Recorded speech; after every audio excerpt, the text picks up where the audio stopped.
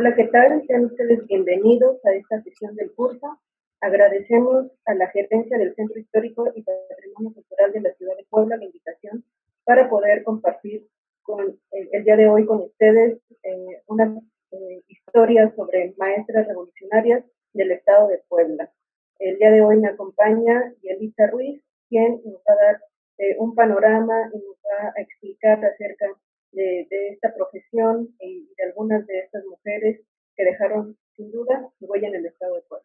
Bienvenida, Yelitza, muchas gracias por estar conmigo este día. Hola, buen día. Gracias a las autoridades poblanas y al Instituto Nacional de Estudios Históricos de las Revoluciones de México por difundir pues esta parte tan importante de la corriente de la historia, que es hablar de la historia de las mujeres. Es importante como acotar un poco cuál era el contexto que se vivía en Puebla en los primeros años de 1900, previo al gran estallido de la Revolución Mexicana, porque siempre hacemos como un referente puntual a las mujeres que participaron, a las hermanas Cerdán. Sin embargo, este grupo fue tan poderoso, esta Junta Revolucionaria fue tan poderosa porque estuvo inmerso dentro de él pues muchas mujeres maestras que colaboraron con ellas y colaboraron con la causa, y es de las cuales vamos a hablar un poco en esta sesión. Me quiero enfocar primeramente a Guadalupe, Rosa y María Narváez, que son maestras poblanas, y también coadyuvarlas con Ignacia Vázquez. Estas últimas son un poco visibles en cuanto a los discursos históricos. Supongo que ya en el imaginario social del Estado de Puebla podrían resonar un poco más, pero también hacer hincapié que la revolución, o ver la revolución como muchas revoluciones dentro, no solamente de una situación geográfica, sino también desde una cuestión política. Y en este caso, pues, ¿qué era lo que hacían las maestras dentro de estas juntas revolucionarias en los años previos al 20 de noviembre de 1910? Primeramente quiero enfocar que ellas participan en varios momentos de la historia de la revolución, primeramente en el periodo antirreeleccionista, en la conformación de la lucha con los hermanos Cerdán, que es como el episodio más conocido de la revolución y que da inicio a la revolución y que es también muy marcado en el Estado de Puebla, y tras la etapa constitucionalista. Me encanta llamarla constitucionalista para desmarcarla un poco de la idea del caudillo, del líder Venustiano Carranza, que en ese momento hizo pues la revuelta a partir del Plan de Guadalupe, pero intentar un poco también no manejarlas como la otredad, sino como una voz significativa dentro de estas pequeñas revoluciones. Y en estas tres etapas que duran pues, aproximadamente de 1900 a 1920, después de la muerte de Carranza, pues la participación política y social de las hermanas Narváez y de Ignacia Vázquez tiene muchas repercusiones en el Estado de Puebla. Primeramente porque ellas tenían acceso, ellas eran dueñas del Instituto de bordados de corte en el Estado de Puebla, y es ahí donde se aglomeraban las reuniones de las primeras juntas revolucionarias. La Gran Junta Revolucionaria de Puebla, que fue presidida por Carmen Cerdán, eran 4 juntas en una sola. Entonces, lo que hacían ellas, pues como prestaban el instituto, y que además hay que enfatizar que una de las características importantes que tienen estas maestras es que tienen una buena reputación social dentro de la comunidad. Eso les permitió organizarse de forma clandestina para que nadie notara que lo que estaban haciendo era pues reuniones a favor de Madero y en contra del gobierno de la dictadura de Porfirio Díaz. Gracias a este mote de la reputación, que para aquellos años era muy importante mantener, al menos en las señoritas, y sobre todo estamos hablando de un estado extremadamente conservador como lo era Puebla a principios de 1900, esto les permitió pasar desapercibidas en los primeros años. El padre de las hermanas Narváez era un simpatizante liberal y fue el primero que les acercó con estas lecturas, principalmente las propuestas de Madero para el cambio sustancial de esto. Esta etapa es muy importante porque determina cuáles son los alcances posteriores y los deseos y objetivos que tenían claro estas mujeres al inicio de la revolución. Al emanciparse completamente como el sujeto de mujer, lo que estaban persiguiendo también es tener derechos civiles y políticos, y esos no eran concebibles si no tuviéramos el acceso al voto. Entonces, esta primera etapa explica muy bien las decisiones de las hermanas para que posteriormente se integren a las filas constitucionalistas con Venustiano Carranza muchísimos años después. Entonces, estos primeros años antirreeleccionistas que son de formación, que son de aglomeración de los grupos, junto también a esta familia tan importante para Puebla dentro de la historia que son los Cerdán, habla muy bien del contexto de qué era lo que querían estas mujeres, porque además hay un punto muy importante que las destaca a las maestras normalistas, a las maestras Narváez y a Ignacia Vázquez y a Paulina Maraver y todas las que conforman el equipo con Carmen Cerdán, es que tuvieron acceso a la educación. En otras mujeres de la revolución no hay esta característica. Muchas de ellas tienen que entrar a la revuelta porque sus condiciones no se los permiten o porque no tienen opción para hacerlo. Ellas deciden entrar mediante este ejercicio plural que es haber tenido primeramente pues una clase acomodada, el tener las herramientas para poder pues cubrir necesidades básicas como el alimento, como el vestido, eran bien vistas ante los ojos de la sociedad y pues tenían patrimonio. Estos elementos que tienen las mujeres que incursionan dentro de las primeras revueltas de la revolución es sustancial porque les permite no solamente entrarle a la guerra con el fusil, sino construir el fusil a partir de pues, las herramientas de conocimiento y un aporte epistémico a la causa que están persiguiendo. Es decir, si su condición social determina absolutamente las variantes a las cuales también ellas, los caminos que las Narváez toman, a diferencia de otras mujeres participantes también en la lucha revolucionaria y en particular del Estado de Puebla. Entonces, después del episodio sucedido el 18 de noviembre en la casa de los Cerdán, Guadalupe, Rosa y María toman las riendas de la Junta Revolucionaria y apoyando obviamente a los que habían ido a dar a la cárcel y los que estaban siendo perseguidos después de ese episodio, en particular apoyando y respaldando a Carmen Cerdán, que en esos momentos pues todavía estaba prisionera, y rehacen la Junta Revolucionaria y a partir de ahí comienza una labor propagandística para difundir por todos los medios posibles y las comunidades pues lo que conocemos como el Plan de San Luis. La idea era que el plan fuera conocido en todos los rincones del estado de Puebla porque estaban apoyando la causa maderista. Ellas rehicieron después de estos sucesos con la familia Cerdán las pautas para poder apoyar a Madero después de ese primer episodio que no resultó del todo exitoso como inicio de la revolución, y se juntan en estos comités, pero no solamente hacen la labor propagandística, que dicho está de paso tampoco era bien visto para su reputación y para su condición social del tiempo. Sin embargo, hacían una cosa un poco más importante que es, y que coincide con muchas de las actividades de otras mujeres participantes, que es que a partir de su vestimenta y a partir del acceso que ellas tenían a otros lugares sin que las esculcaran, sin que las persiguieran, llevaban armamento y cuestiones ahí también, no solamente de correspondencia, sino de armas en el equipaje que podían transportar. Entonces, sí es como una característica que pues no eran esculcadas, como se dice coloquialmente.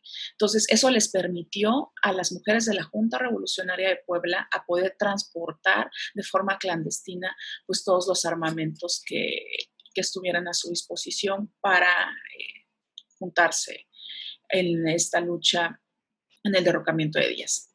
Para 1911 ya estaba Carmen Cerdán, Paulina Maraver y las hermanas Narváez organizando el recibimiento de Francisco I. Madero como candidato. a la presidencia. Entonces, dentro de esta Junta Revolucionaria, pues hay dos fotografías muy importantes que irán apareciendo en estos momentos, que es en el cual se retratan como el apoyo que está dando la Junta Revolucionaria a esta causa maderista. Y ahí es un momento muy, muy importante porque estamos juntando dos periodos de estas maestras, que es pues, todo el periodo de la propaganda antirreelección y la lucha y el apoyo. ¿Por qué? Porque se da un asunto de persecución por parte del gobernador de Puebla en ese momento, que estaba persiguiendo a todas las simpatizantes maderistas y ellas como mujeres pues no podían permitir pues llegar a estar en esas condiciones. Y a pesar de que las hermanas Narváez recibieron y apoyaron a muchas de las personas que fueron perseguidos políticos en ese tiempo, pues ellas ya se habían convertido en propagandistas públicas y estaban pues en el riesgo de tener la misma suerte de Carmen y de las otras que sí habían ido a dar en prisión. Entonces lo que deciden es, después de lo sucedido del golpe de Estado a Madero y cuando asciende al poder Victoriano Huerta, pues empezar una revolución en contra de la dictadura huertista, pero a partir pues de otros caminos, ¿no? Y ahí es donde pasa algo muy sustancial entre las maestras poblanas, que es que unas se deciden ir a las filas del Ejército Libertador del Sur con Emiliano Zapata, y en el caso de las Narváez deciden irse a vivir pues la etapa constitucionalista con Venustiano Carranza. Se hace un bloque, quiebran relación en cuanto a, no a principios, pero sí a caminos distintos de buscar como pues, los objetivos principales, ¿no? Que ellas estaban pugnando. Y por eso les decía en un principio que es importante pues, acotar qué pasaba en la etapa antirreeleccionista para que las Narváez llegaran a las filas constitucionalistas.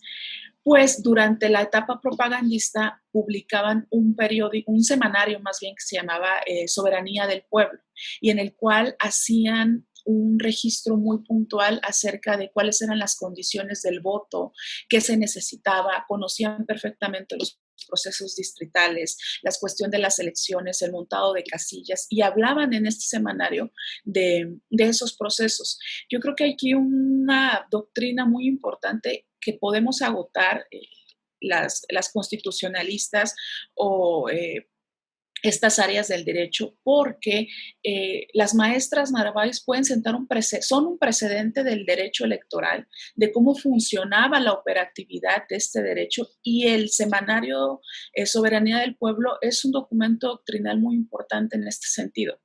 Para mí, en lo particular, sí las observo y las leo desde un precedente electoral, desde un precedente de los procedimientos electorales de ese tiempo, pero con una característica fundamental: no estaban solicitando el derecho al voto a la mujer en esa primera etapa. Era como ir minuciosamente, despacito, colándonos. Mira, nosotras sabemos cómo funciona, para justo en los años de 1914 a 1917 y emprendieran otra etapa de labor propagandística a favor de lo constitucional, pues ya dejaran claro que era lo que querían era acceder al voto. Y ya en esta última etapa sí se vuelven a reunir para el constituyente del 17, sí la Junta se vuelve a reunir, porque tanto Carmen Cerdán como Paulina Marabel, como las hermanas y todos, pues sí tenían el derecho, además porque habían peleado esta revolución juntas, aunque en ese intermedio en bandos distintos. Sí es importante como visibilizarlas también como las primeras visionarias de los procedimientos electorales a partir de la prensa. Soberanía del Pueblo constituye, desde mi punto de vista, un documento doctrinal que podría ilustrarnos muy bien de cómo poco a poco las mujeres en esta etapa de la revolución fueron colándose, porque obviamente el ejercicio del poder hegemónico masculino no lo permitía abiertamente, pero se fueron colando hasta el punto de decir abiertamente: queremos esto y queremos votar y ser votadas. Y Guadalupe era pues una mujer como muy, muy, muy inteligente en ese sentido, y quisiera leerle solo un fragmento de lo que dice esta invitación al voto. Tengo por acá. Para ti son estas líneas brotadas del alma de una mujer que tiene el orgullo de llamarse mexicana. Cuentas con un arma y esa es la del voto. ese voto representa también un deber que tienes que cumplir como mexicano. Deposita con firmeza tu voto por el gran caudillo Madero. Esta forma como de invitar es mucho más largo, por el tiempo no puedo leer como toda la carta, pero es mucho más largo y nos ilustra muy bien de que eran conocedoras de estos procedimientos. Un poco extraño para el tiempo, porque no eran temas propios a los que nos dejaran acceder y sobre todo opinar. Sin embargo, las Narváez son un antecedente muy importante y eso nos ilustra cómo es que simpatizan con Venustiano Carranza. Yo en lo particular siempre me cuestiono cómo desde el sujeto de ser mujeres simpatizaron con Carranza, ¿no? Al final. Pero con las Narváez he entendido que tiene que ver porque representaba la oportunidad de defender el derecho al voto, de tener derechos civiles y políticos, no solamente los del voto. Asociamos mucho a Armila Galindo como la figura cercana a Carranza, pero Carranza apoyó muchísima de la prensa que de los años de 1917, antes de 1920, estaba publicando Guadalupe desde el estado de Puebla y con la organización de una junta que aglomeraba a los trabajadores desde distintas disciplinas para ilustrar pues qué era lo que quería la causa constitucionalista, pero que además también hacía una de las cosas fundamentales. Como maestra, alfabetizaba y enseñaba a leer y a escribir junto con sus hermanas, ¿no? Y también su instituto de corte, esta escuela de la que ellas eran dueñas, pues fungía como casa y refugio de estas causas. Posteriormente también Rosa hace lo propio y funda también el Ovalo Nacional, que era otra institución que apoyaba la causa constitucionalista de Carranza, y juntas de distintas células y trabajando este asunto propio de la difusión del Plan de Guadalupe y de los ideales carrancistas, pues es como van teniendo una participación pues muy notoria en el estado de Puebla.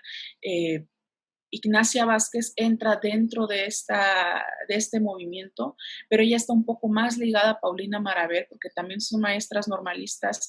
Ella también se decide irse con Paulina a las filas zapatistas y es una maestra que, aunque estuvo en los primeros años de la Junta Revolucionaria junto con las Narváez, pues también decide un destino con el Ejército Libertador del Sur, y eso pues mi compañera Noemí lo va a ilustrar un poco más ahorita que pasemos a esa etapa, pero sí no quería como dejar de mencionar la importancia de Ignacia Vázquez, porque también era muy, muy jovencita y uno de los obstáculos que más tenemos es que no llegamos a encontrar como la suficiente información biográfica de nacimientos y todo, pero las fotografías y las correspondencias y la prensa que están publicando, pues nos ilustran que eran mujeres muy jóvenes, ¿no?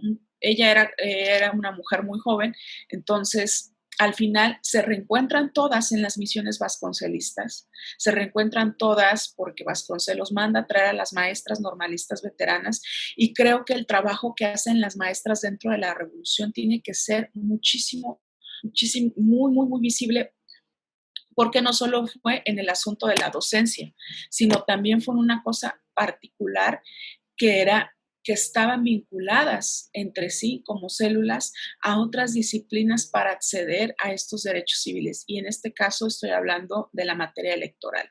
Entonces, para 1920, ya después de la muerte de Venustiano Carranza, ellas regresan a la ciudad, ellas se instalan en la Ciudad de México a ejercer su profesión de maestras, y ahí se quedan. Obviamente lo determinamos por una cuestión que es muy probable que no hayan podido regresar a Puebla porque el candidato que ellas apoyaron no gana la elección, y pues ya no había como esta protección política también, y deciden quedarse en la Ciudad de México, perdón. Entonces, un poquito como el panorama de qué hacían estas maestras. Podríamos estar como hablando de muchas hipótesis alrededor de entorno, pero sí me gustaría como resaltar esa parte, la importancia de poner la causa y el conocimiento de las maestras a disposición de la revolución, sin romantizar obviamente los tragos complicados y difíciles, y el aporte sustancial a la doctrina procesal electoral que a mi parecer puntualizan muy bien en Soberanía del Pueblo las hermanas Narváez. Muchas gracias, Yelitza. Sí quisiera retomar algunos de los puntos muy importantes que ha señalado. El primero es sobre las maestras normalistas.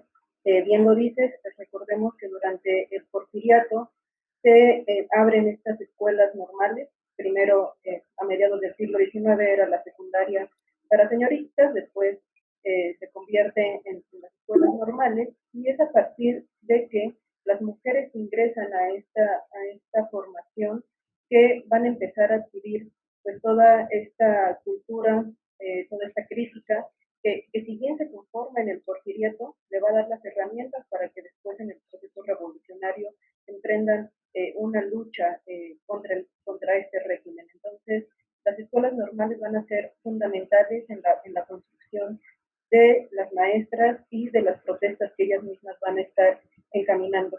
Recordemos que en el periodo del porfiriato ser maestra era algo bien visto, era una de estas profesiones que cumplían con el deber ser de lo que es ser mujer en ese momento, ¿no? Era una carrera conservadora de un espacio privado, se mantenía toda esta parte maternal, ¿no? Atribuida a las mujeres. Entonces, ¿quién se iba a imaginar que dentro de estos espacios muy privados, de estos espacios tan conservadores, estaban gestando estas ideas revolucionarias, que además pues, fueron estos lugares donde estas mujeres empiezan a organizar, empiezan a concentrarse, y a partir de estas células, como las escuelas particulares de estas maestras, pues empieza a gestarse todo el movimiento. Pero es este lugar, yo creo que esta vez hay que destacarlo, estas escuelas en las que supuestamente se cubría este perfil de lo que debía ser una mujer mexicana, donde empiezan a gestarse estas ideas. También algo que tú te mencionabas y que es muy importante es que no veamos a la Revolución Mexicana a partir de 1910, sino que hay un trabajo previo. Estas maestras normalistas pues también forman parte del antirreeleccionismo, es decir, tenemos el club que se funda en Puebla, el José Portillo Domínguez, se funda incluso en 1909, una vez que Madero lanza su candidatura, es decir, no van a partir después de aquel llamado del 20 de noviembre de 1910, sino que tienen toda una fase preoperatoria para poder llegar a este momento. Entonces, también es muy importante, son maestras antirreeleccionistas que después van a ver en Madero pues, el candidato a la oposición de Díaz. Pero como pasó con los propios líderes de la revolución, este rompimiento entre Madero y Zapata, pues también con ella se va a dar este rompimiento, ¿no? Como tú lo mencionabas, las hermanas Guadalupe, Rosa, María Narváez se van a inclinar hacia el constitucionalismo, pero va a haber maestras como el caso de Ignacia Vázquez y de Paulina Maraver que se van a perfilar del otro lado, con el líder agrario, con Emiliano Zapata, y van a empezar a trabajar a favor del zapatismo. ¿Quién fue Paulina Maraver? Paulina Maraver igual una maestra que nace en Huamantla, Tlaxcala, igual con algunas condiciones socioeconómicas muy importantes que tú mencionabas, que yo creo que es muy importante recalcar cuando hablamos de historia de las mujeres, porque no es las mujeres en este ¿no? Gran masa de mujeres. También hay que ver las condiciones socioeconómicas o culturales que te permiten actuar o ingresar de cierta manera. Y bueno, Paulina Maraver queda huérfana en su primera infancia, pero después con cierto acceso económico puede estudiar las primeras letras, va a trabajar como maestra y después logra ingresar a la Normal de Puebla. Tiene algunos momentos en lugares como San Martín Texmelucan, Zacatlán, y finalmente regresa a la capital, a Puebla, para poder seguir trabajando como maestra. Ya era conocida como una antirreeleccionista, ya se conocían sus acciones a favor del maderismo, y es destituida, le quitan su trabajo como maestra oficial, y pues para lograr su manutención abre un colegio particular. Desde aquí nos estamos dando cuenta acerca de las represiones que también fueron víctimas en alguna de estas mujeres, ¿no?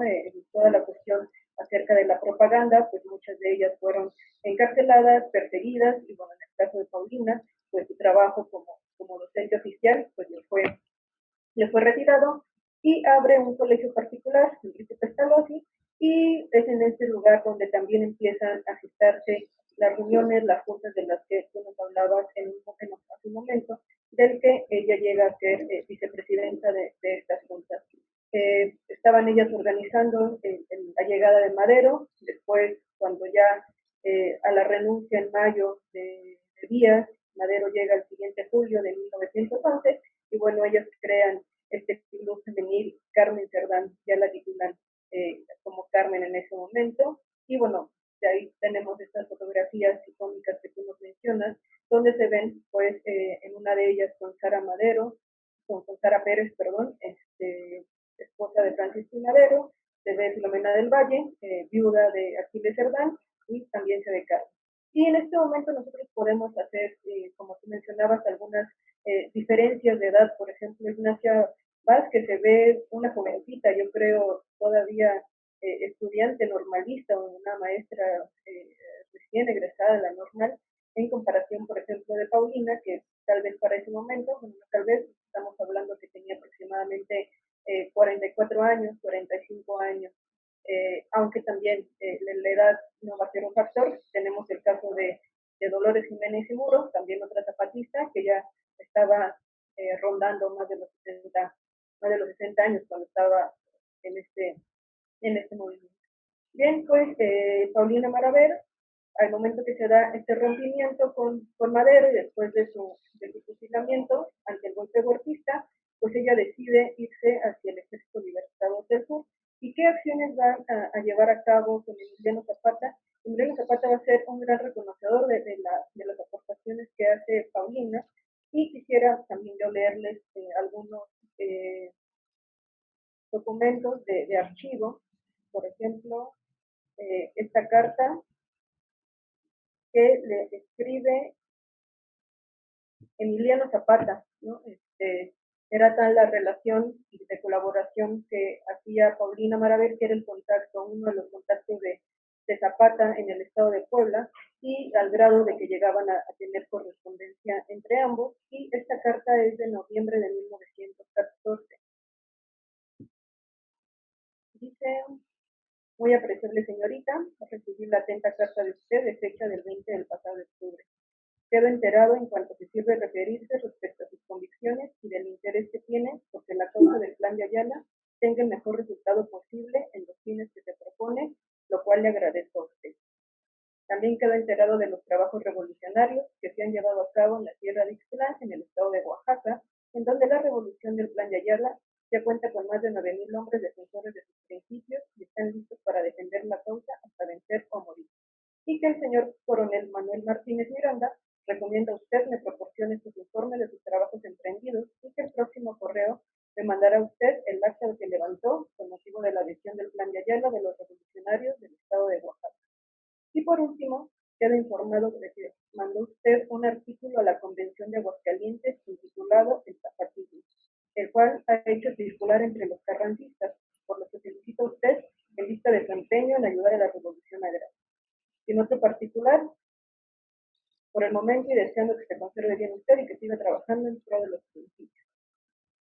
Este testimonio pues, nos puede reflejar algunas de las acciones que hacía Paulina, ¿no?, para la causa agraria. Me encantaría, y es una pena que no he podido yo localizar en el archivo este artículo titulado El Zapatismo. Sería muy interesante conocer de propia voz lo que difundía Paulina acerca de lo que era el zapatismo y la valentía de esta mujer, porque hacer llegar estos artículos, estos folletos, esta propaganda a las tropas carrancistas, mandarlo a la Convención de Aguascalientes, donde se estaba discutiendo el destino de la revolución, pues nos habla de una mujer pues inmersa y completamente enfocada a los principios que ella está defendiendo en ese momento.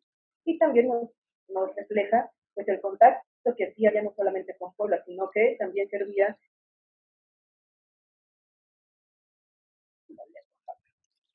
en este momento de esta carta, pues estamos hablando del momento más importante o uno de los momentos más fuertes del zapatismo, que fue en el 13, después del vencimiento de Victoriano Huerta, en el 14, pero para 1915 en adelante, pues empezamos a ver que la revolución suriana pues también empieza a sufrir pues bajas en todo sentido. Y aquí tenemos una carta que también le escribe Paulina a Emiliano Zapata. Dice: señor general, con toda mi estimación y respeto, recluida en mis habitaciones por necesidad, hasta hoy pude conseguir comunicarme con usted después de tanto tiempo. Entiendo que es de imperiosa necesidad que sepa usted de una manera clara y precisa cómo está la situación general en todo sentido, pues así podrá usted formarse un criterio que lo encaminará a una determinación efectiva y apropiada a las urgentes necesidades. En sentido militar, se dice con insistencia que ayer salieron 20 trenes con tropas carrancistas para atacar México y recuperarlos nuevamente. En este momento que le escribo a usted, 13 de abril, me traen la noticia de que harán todo el esfuerzo los constitucionalistas para tomar México, pues solo así los reconocerán los Estados Unidos y con ellos las demás potencias extranjeras. En materia económica, es imposible seguir ya como vamos. La causa de esto es la siguiente: exportación a los Estados Unidos de toda clase de mercancías, muy especialmente de artículos de primera necesidad, por el cambio de armas y partes, por lo que en papel que han emitido los carrancistas no es posible ninguna transacción comercial en el extranjero. El monopolio es tan escandaloso que se han establecido: el maíz lo venden solo las personas del gobierno, prohibiéndonos a los demás vendan y tengan alguna cantidad. Lo mismo sucede con la harina, el frijol, la carne, y etc. Para terminar la imperfecta y pálida narración, diré a usted que los domingos son los señalados para fusilar bandidos en el atrio de la Catedral de Puebla, y tienen ya el carácter y celebridad de los circos romanos. Desde muy temprano, hombres, mujeres y niños llevan al atrio y hasta se suben en los enrejados para presenciar tal espectáculo. Entonces, estas son algunas de las cartas que Paulina y Emiliano se intercambiaban. También en esta carta que Paulina dirige al líder agrario, pues nos podemos dar cuenta que le daba tanto y seña de todas las acciones que estaban pasando. Y además, recordemos, Puebla está en un punto estratégico entre el puerto de Veracruz con la Ciudad de México y bueno, hacia Morelos, donde se encontraba Emiliano, y pues le da a conocer todos los movimientos que los carrancistas estaban llevando a cabo para que a su vez él pudiera tomar ciertas decisiones que considerara con el panorama que ya brindaba. Entonces, aquellas acciones de propaganda que se mantuvieron durante el periodo maderista, pues ahora nos vamos a dar cuenta que estas se transforman también en ser correos, en ser espías, en ser contrabandistas, como mencionabas, y pues de estar dando los informes a los respectivos líderes agrarios. Bueno, pues fue tal la relación de Paulina con el zapatismo y su lucha que se le otorga un comprobante de veteranía, por eso lo podemos recuperar gracias a la investigación que ha hecho Marta Rocha, y bueno, pues aquí Antonio Díaz Gama menciona que el general Zapata le profesaba tal estimación que pues, se le otorgaba a la señorita Maraver como una de las distinguidas revolucionarias de Puebla un comprobante de veteranía. Es decir, también en vida fue reconocida como parte de los zapatistas, pues aquellas acciones en las que ella trabajó y por las que trabajó. Y finalmente, para yo poder cerrar mi participación, quisiera comentar acerca pues, de la importancia de estas maestras, no solamente en los cambios revolucionarios, como agentes de cambio social, como lo pueden ser en la actualidad. Lamentablemente, por ejemplo, en mi caso, yo también soy maestra normalista en mi primera formación, y pues difícilmente conocemos estas historias, difícilmente nos formamos sabiendo que hubo otras maestras que se involucraron en las revoluciones sociales. Difícilmente vemos a los maestros como agentes de cambio social, y creo que incorporar estas historias, estos conocimientos a los maestros que se están formando, y que en estos momentos se está viendo algún maestro o alguna maestra, pues que sepan, ¿no? Que historia de estas personas que se integran en lo que fue el magisterio, pues son personas con una vasta responsabilidad como agentes de cambio social. La revolución social se vio repleta de estos maestros, ya no solamente de las maestras que comentábamos. Tenemos el caso, por ejemplo, de Silvio Montaño, ¿no? El intelectual redactor del Plan de Ayala, pero pues también estas maestras es sumamente importante como el normalismo, como la profesión, pues se vuelve un agente revolucionario, un agente de cambio, y yo creo que en nuestra profesión en la actualidad pues vale mucho la pena y es necesario que retomemos estas historias, que los maestros tengamos este convencimiento de cuál ha sido el impacto de nuestra profesión en las revoluciones sociales de nuestro país.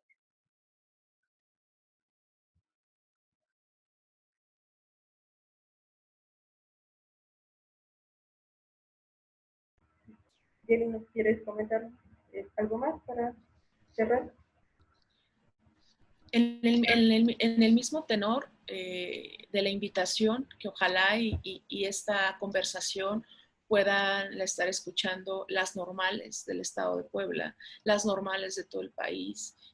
Yo soy originaria del estado de Guerrero y es un estado absolutamente normalista, una tradición de formación de maestros para las comunidades rurales, para todos estos procesos de alfabetización en las 7 regiones que conforman Guerrero, y me parece fundamental que se utilicen estos medios para difundir el trabajo de estas maestras, y en algo muy, muy especial que tú acabas de decir, que la revolución social pues sí se hace de mano con el magisterio, ¿no? O sea, sí es importante la palabra y sí es importante el seguir transmitiendo esta palabra, y al final es una de las revoluciones más importantes dentro de toda esta revolución bélica que conocemos como Revolución Mexicana. Entonces, darle este espacio primordial al trabajo de las maestras normalistas, en qué condiciones también desde distintas áreas geográficas determina el trabajo o la inclusión de las normalistas dentro de estos procesos sociales e históricos, pues es fundamental. Sí creo que hace falta mucho esta difusión en las normales, que haya esta representatividad e identidad entre no solamente las normalistas, sino los hombres y mujeres que estén formándose para capacitar y ejercer esta noble profesión de la docencia, y que puedan observar que hay un camino previo, que hay como un antecedente, que esto no se forma solo. Siempre conocer la genealogía de las luchas sociales nos ayuda mucho a entender también hacia dónde va el ejercicio de nuestra profesión, y en particular las maestras de la revolución, pues en su mayoría eran maestras. La verdad es que tanto Elisa como Dolores, las hermanas Narváez, Paulina, hay un gran porcentaje, como quizá, no sé si estoy siendo como muy apresurada, pero por ahí del 50-60% de las que participaron de forma activa en la cuestión ideológica, pues eran maestras, ¿no? Y este acceso a la educación fue fundamental para que ellas también pudieran esta participación tan destacada. Entonces, quedarnos con ese mensaje de invitación a conocer a todas estas maestras. Hay varios libros editados por el INER sobre maestras rurales que están en su página, entonces también por ahí se podría comenzar como pues la difusión y las lecturas respecto a eso, y pues quedarnos con eso, ¿no? Con que la invitación abierta a voltear a ver como estas aristas, estos nuevos rostros de la revolución, que también hicieron la revolución, pero como está tan desligado de lo bélico y de lo magnífico, lo maravilloso que era disparar los rifles, pues era otra forma de disparar las balas, ¿no? Pero con propósitos de siembra y mucho más encausados. Y esta es la corriente de la historia de las mujeres, la que construye desde esos espacios que parecieran privados, que parecieran domésticos o propios de nuestro género, pero donde se fortalece pues el tejido social y la lucha. Entonces me quedo con esa reflexión que nos haces, y pues muchas gracias por invitarnos a la plática. Al contrario, Yelitza, muchas gracias, y como bien dices, que las palabras sean unas balas que lleguen más lejos. Muchas gracias a todos ustedes por estar acompañándonos en esta plática, y pues que sea un curso productivo para todos. Muchas gracias.